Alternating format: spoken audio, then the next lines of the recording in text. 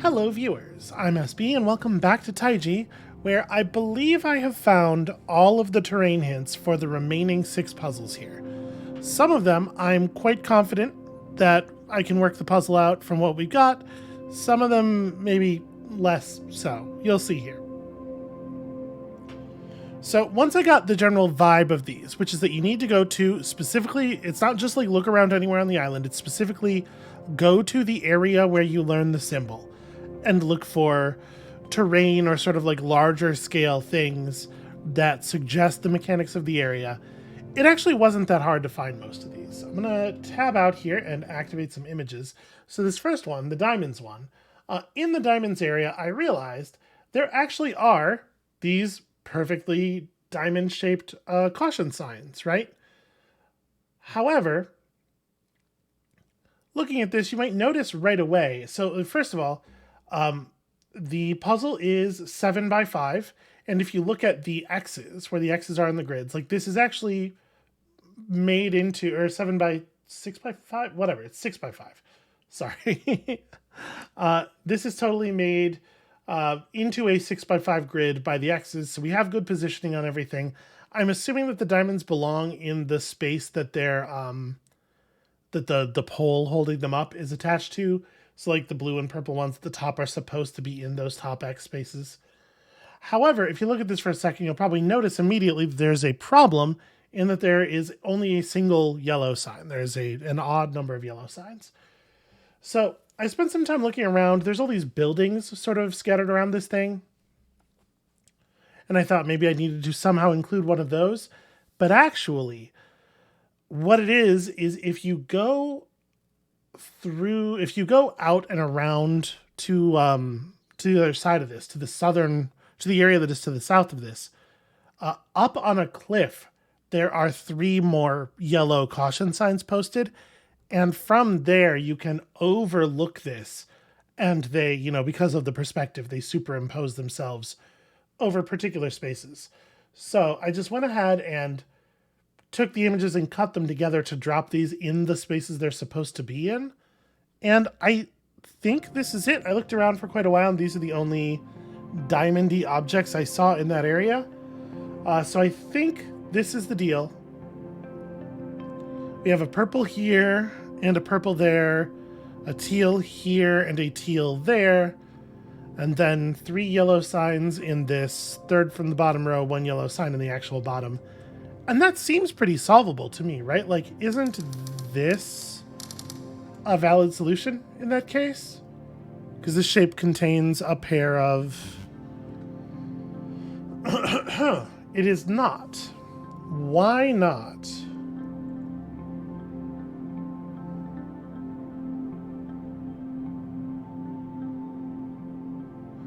It's actually a pretty good question. Why not? Why does this not work? I was going to say, do we get red flashes indicating where the problem is? But no, of course not. The symbols aren't actually drawn in the puzzle.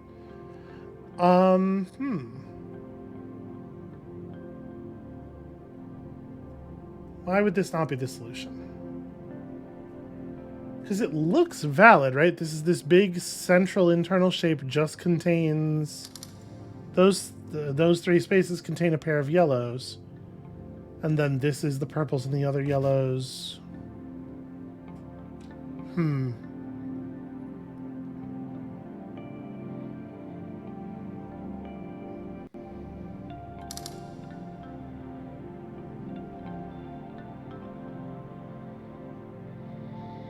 Okay. No, I got nothing. All right, we'll come back to this one. This I'm a little worried about, and the fact that I thought I had the other one really cleanly makes me super nervous about this. So if I had these other images, so there's an area near the completion torch for the binary puzzles that just has 8 columns of numbers in it. Or, there's a couple of different ways this could be interpreted. It could be... Yeah, it could be supposed to be read as the 8 columns. It could be that I'm supposed to unscramble the colors first, right? Like treat all the white ones like they're in one row and all the black ones like they're in a different row. But The problem with this is that I think it might be more complicated than that. Because if you go up to the graveyard area where many of the puzzles for this bit are, where the mausoleum containing the torch is, there are all of these there are a couple of other little pillars like this, but also there's all these gravestones, these headstones, that have shapes on them that very clearly interpret as ones or zeros. And I don't feel like I have any idea how those would interact if we were supposed to try to roll those into our solution or what. So you know what we're going to do is we're just going to leave this one for a moment and move on, because I have a couple that I feel pretty confident I can solve. The trees. This took me a minute. I had spent a lot of time running around and just taking pictures of every suspicious tree to see if any of them matched, but none of them seemed to be wide enough.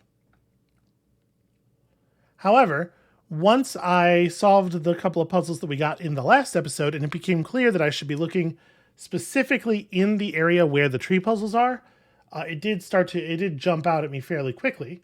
So here is an image of that entire area, more or less. And from above, from this level of zoom out, you can probably see pretty quickly that this shape refers to the path. It's the road. And I actually really like the idea that there's this staircase that's supposed to be the trunk, and at the top you have a tree stump. So it's like this is the termination of the trunk, and then here are the branches. I think that's cute. So, sorry, let me get that image blown up here on my other monitor so that I can actually see it in detail. We just need to light up the longest of each set of branches. So first things first, I think it's left is the longest here. This one on the right branch is really, really early. And then here, this is longer than that branch. And the rightmost branch is slightly longer than the leftmost in that pair. Up here, I think they're not super different, but the left one is a tiny bit longer. And then on the rightmost branch, so we're just supposed to be including the distance up to where it forks again, right? Because if that's the case, then the outside is definitely longer than the bit that forks. On the next pair, the bit that forks is definitely the longer of the two. And then after that, the rightmost of that final fork is for sure considerably longer than the other, and fingers crossed. Okay, that one's good. That one we got. So looking around the area for this one, for the pips, did take a while because it's a considerably larger area. But once I noticed one of the things, it all came together pretty quickly here. So I think this one is the lanterns and lily pads around, or they're not lily pads, they're like little floating flowers, around the hut that the final puzzle was in. Because if you look at the lily pads in the lake, there's a pattern of darker lily pads that form the edges for the grid that mark it off into a 7x4 space. And even on the beach where those three lanterns are in the bottom left, you can see there's a line of little deformations in the dirt that continue to mark the lines. So what we have here is a pink 3 here, a yellow 3 here. I think these lanterns that are in the middle here are supposed to be the same color as those flowers, probably. This is yellow, this is pink, and then there's a pink 2 and a pink 1. Yeah, and all the rest of the spaces are blank. So, I mean, it's pretty easy to connect the 3 and the 2. Oh, actually, never mind. Sorry. There is absolutely a pink 1 in this space. Okay, so that's interesting. If this is a 3, it basically has to be that, and it can't connect. Oh, I guess these on the walkways, these are individual 1 lanterns too, aren't they? Shoot. Well, this still can't connect though. So This thing's gonna have to be dark by itself. I'm gonna unlight these. I'm just gonna keep track of stuff. So that's got to be lit up. That's got to be lit up. Because this one has to be dark so that we keep separation. I mean, it doesn't have to be dark, but you know, it has to be one, and the two around it have to be the other one. The other level of litness. So if we light this thing up that way, that isolates this correctly. The 3 dark shape here, we could do it like that, and then use this to bind it in. That seems fine. This needs to be part of a 5 shape, and we do need to put an edge on some of this stuff. I'm a little worried about this, actually. It's, whatever. It'll be fine, probably. Maybe, probably. Actually, how do we make that fine? Okay, if this is the 5, then we can light these two and that to give it bounding without breaking the size of the lit portions. And then we just have to cope with a 2 here and a 1 there. Which actually is a huge problem. Shit.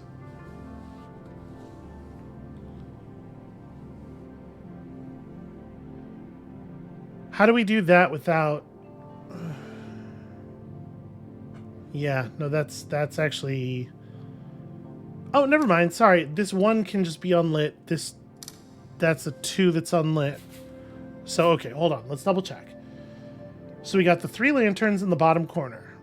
We've got the 3 flowers above that. We've got the 1 flower to the right of the lanterns. We've got the 2 lanterns to the right of that.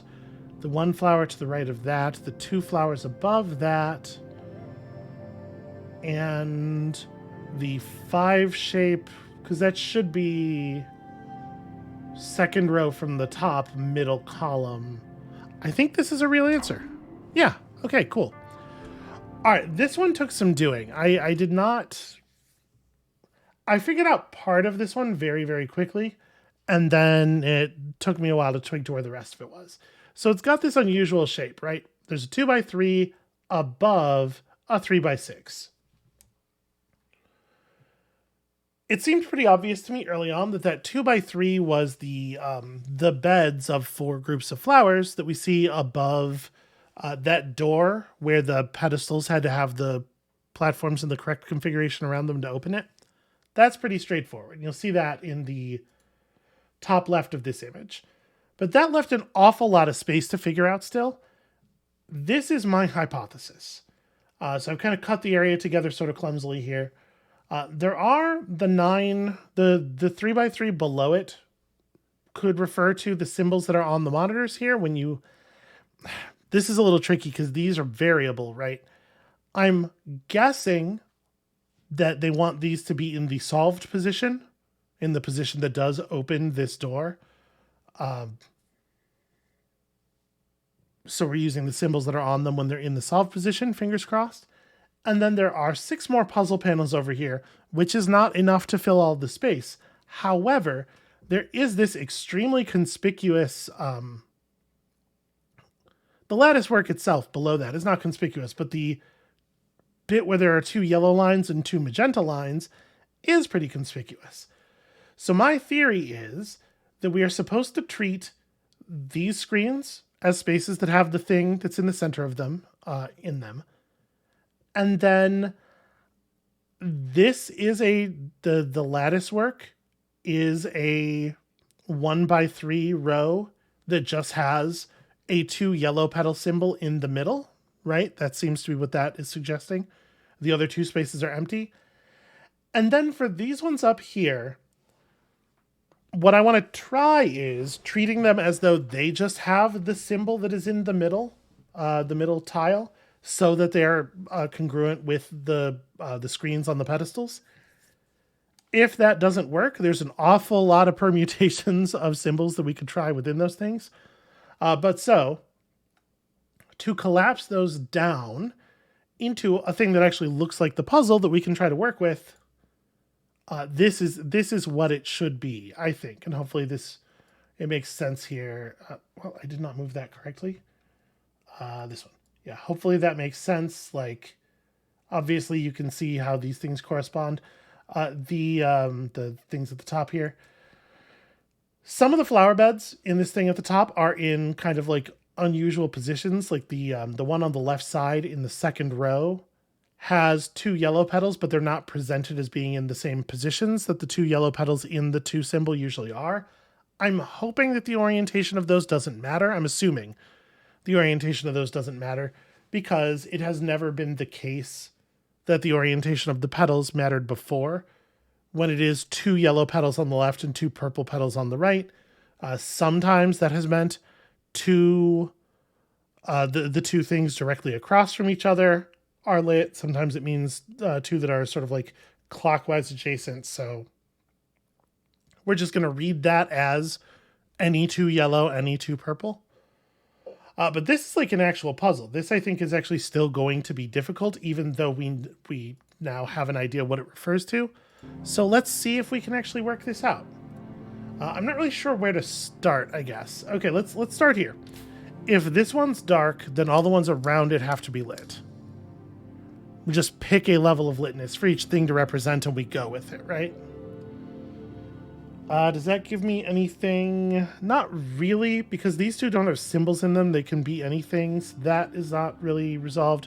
Oh, I guess, okay. The tile in the bottom here has to be different than that, as do these tiles. So that's something to go on. If this is lit, it needs to have exactly 1 lit neighbor. It can't be this, because then this would have to have exactly 1 lit neighbor, which it does not. This in fact has to be dark, and then this one has to remain dark to be faithful to it. So this has 1 lit neighbor, that has 1 lit neighbor. This has 1 dark neighbor if this is lit, and that makes these 2 satisfy each other's conditions, so that's good. But in order for those 2 to work, these must both be dark, so that this has only 1 lit neighbor. So you then are dark, and you need to have exactly 1 dark neighbor, so this has to be turned on. You need to have exactly 1 lit neighbor, and we know those 2 have to be dark, so this becomes lit, which does work. That's a good sign. And then this would have to be dark to avoid conflicting, which again does work. This one wants 2 dark neighbors that shape functions, which rules. Okay, this needs 2 lit neighbors, and they have to be here. And then this needs to have exactly 1 neighbor of its color. So it's got to be dark, and 1 of the tiles around it remains dark. So if we have this one remain dark, then we want both of those to be lit. And then we light this one so that this one doesn't conflict with it, and it has 2 lit neighbors, and I think that's an actual solution. Okay, I was a little worried about that. Not sure that I had pulled the elements from the environment correctly. Okay, this one I'm feeling pretty, I don't know.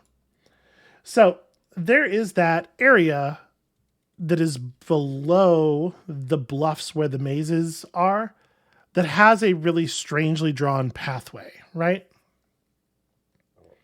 And I was looking at that and looking at the size of this grid and thinking, well, it's a very conspicuous thing and it's kind of in the right place, but it doesn't make any sense. It's not the right shape. It looked to me like it was horizontally quite long and vertically quite narrow. And obviously that's a problem for this 9x9 grid with a couple of holes in it. And so I figured that, there has to be something bigger, or there has to be a second part to it. So I looked around for a while and I realized there is we had solved a bunch of puzzles in a cavern that is directly below the maze area, considerably before we did the maze area. We did those puzzles when we were solving the petals. But it is geographically, it's in the maze area, and it does have a weird minecart track that seems to be about the appropriate size. The minecart track is tilted 45 degrees It's not. It's not the cart. The tracks are diagonal directions instead of being straight up and up, down, left, right. And that was also the case with that weird path that is underneath the bluffs. So I was like, okay, these are probably the two pieces of the puzzle then. And in the mine, the minecart area even has like a checkerboard pattern under the floor. Like it's very clearly divided into squares. So I took those into an image editing program, rotated them, stretched and skewed, got the perspective correct, and realized that once I laid them out properly, they are actually both 9x9. The path under the bluff just doesn't look 9x9 to me because it is heavily skewed and rotated 45 degrees. However, they each do both take up a pretty, so you can see I've drawn a grid over here so the squares are really easy to envision. They do each take up like a whole two sides of the 9x9, and they both have at their ends, these top right and bottom left spaces, they both have like a weird diagonal cutoff, so it kind of looks like they fit together very cleanly. But I'm not really sure exactly what to do with this, like it being one contiguous path. Usually there was some element of symmetry in the draw a path through the maze puzzles that doesn't seem like it can exist here. The little notches cut into the puzzle space, like here in the bottom right, I'm pretty sure are just for orientation. This is the only orientation of these two figures that will fit if the bottom right two squares are gone like this, because there is that handy bit of rock next to the path. So if we just highlight the squares that are part of either of the paths, it looks like this. And then over to here and up and all the way over. And then this comes down, leave a one tile gap.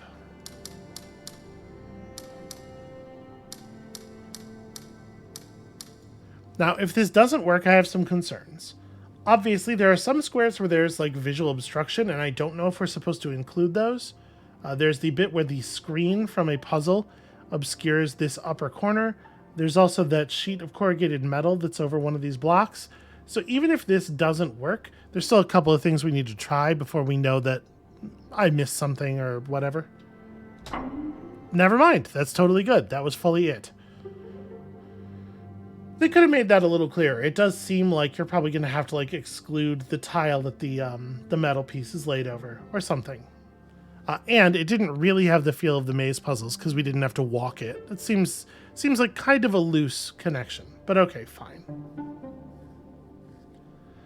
So that leaves this one, which I didn't even figure out what I want to try on, and also the other one where it sure looks like I have a solution, but it just didn't. It just didn't solution. So let me make sure these are up on the other monitor as well.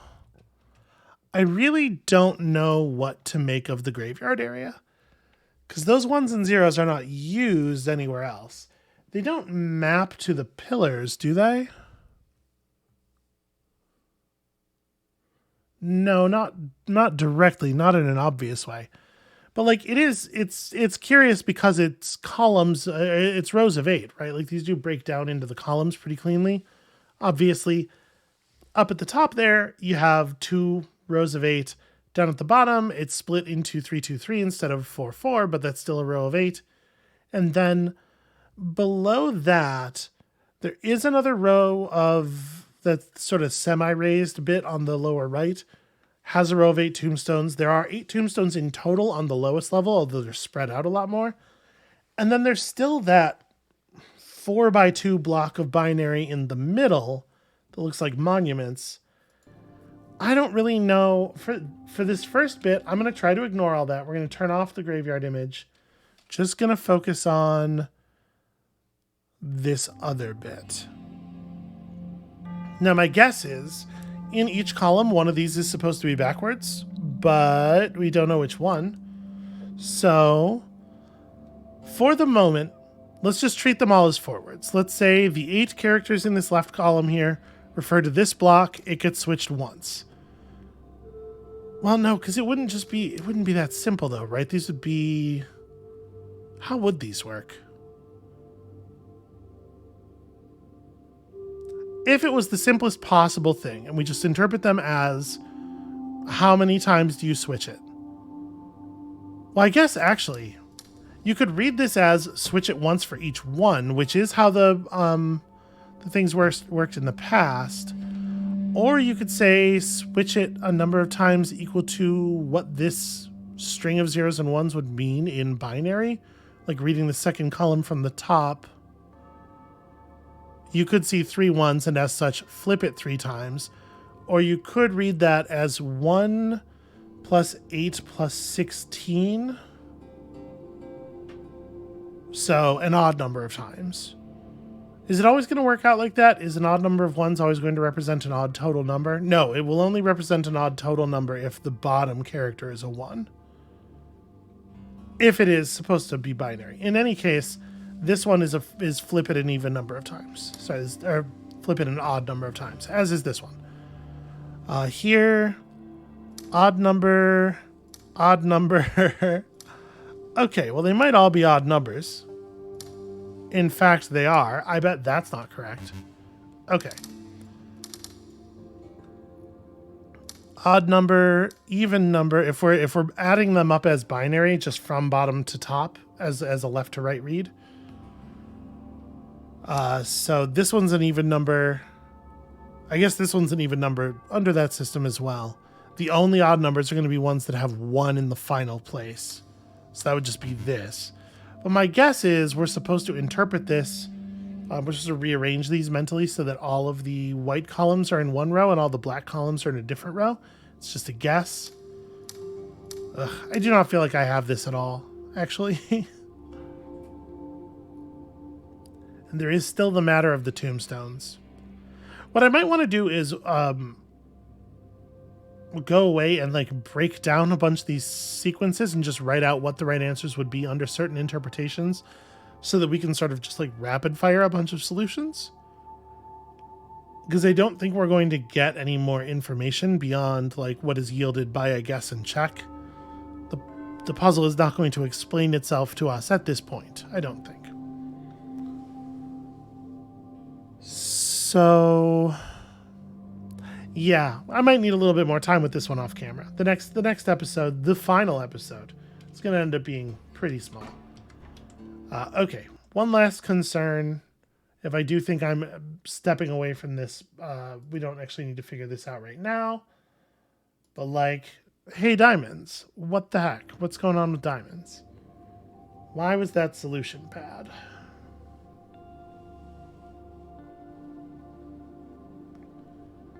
I mean, there's certainly another version of it where it looks like this. Right, the purple and teal things are going to have to all be connected. Because the teals are at opposite corners and the purples are sort of like outside of their arc. This contains the yellow in the bottom and the yellow on the right while leaving the yellow in the mid and left to just score.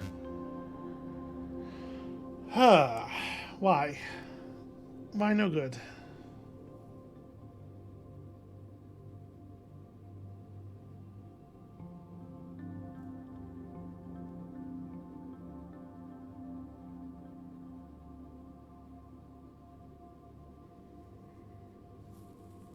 Yeah, I'm not sure.